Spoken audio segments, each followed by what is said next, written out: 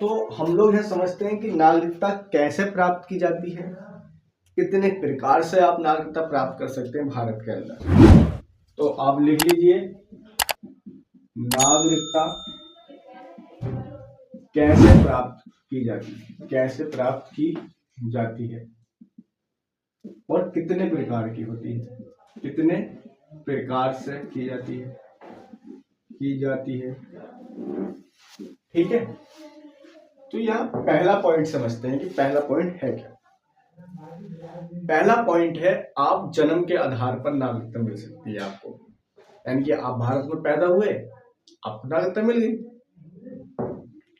एक आपको वंश के आधार पर नागरिकता मिलती थी पहले, यानी कि माँ या बाप में से कोई भी एक भारत का होना चाहिए, आपको नागरिकता मिल जाएगी। नंबर 3 था पंजीकरण के आधार पर मिल जाएगी, कि आप पहले से रजिस्ट्रेशन कराते 6 महीने पहले, उसके बाद मिल जाती थी। पहले बता रहा हूँ, पहले 6 महीने, अब तो शायद 10 साल है और 7 साल है, 10 साल है। और चौथा था देशीयकरण, यानी कि आप किसी भी चीज में अच्छे हैं, निपुण हैं, कला में, साइंस में, वाणिज्य में और लोकगीत में, या आप कह सकते हैं भारतीय भाषाएं हैं, तो आपको मिल जाएगी। और आप 10 साल से भारत में रह रहे हैं तो आपको नागरिकता मिल जाएगी देशीकरण के हिसाब से। चौथा है अर्जित भूमि, जैसे किसी देश पर या किसी राज्य पर भारत ने अपने में विलय कर लिया उसको, तो उसके लोगों को ऑटोमेटिकली हमारे देश की नागरिकता मिल जाएगी। सपोज सिक्किम है, सिक्किम 16 मई 1975, आपको याद होगा 16 मई 1975 को सिक्किम राज्य का भारत में विलय किया गया था, तो उसके लोगों को ऑटोमेटिक ही यहाँ पर नागरिकता मिल गई थी।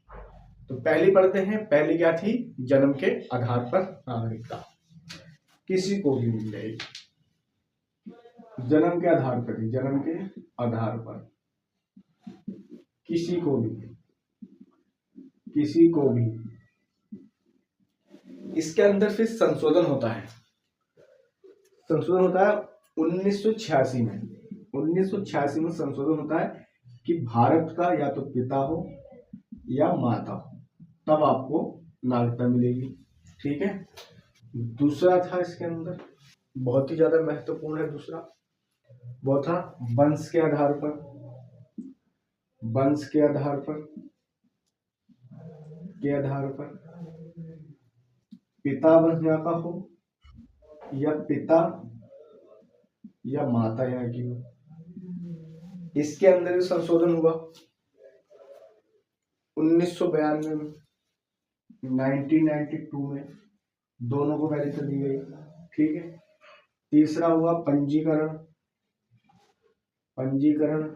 6 माह पूर्व। ठीक है, चौथा मैंने आपको बताया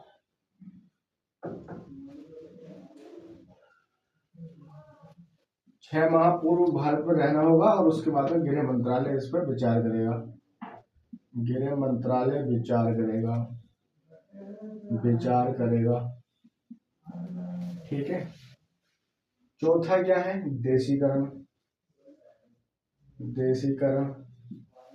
यानी कि आप निपुण हो, जैसे विज्ञान में आप निपुण हो, वाणिज्य में आप निपुण हो, कला में आप निपुण हो, भारतीय भाषा में आप निपुण हो, और आपको 10 साल हो चुके हों, तब आपको नागरिकता मिल सकती है।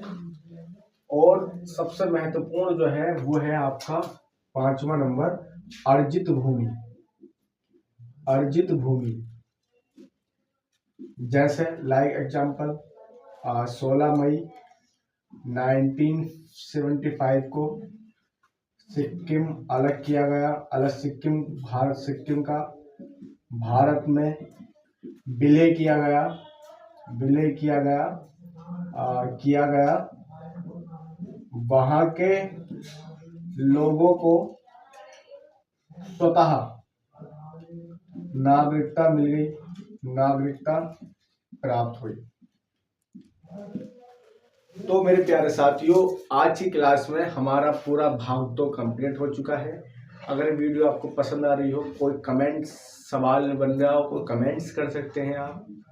आपको कोई डाउट आ रहा है आप कमेंट कर सकते हैं, आपको कोई दिक्कत परेशानी आप कमेंट कर सकते हैं। लाइक करें, शेयर करें। Thank you everyone.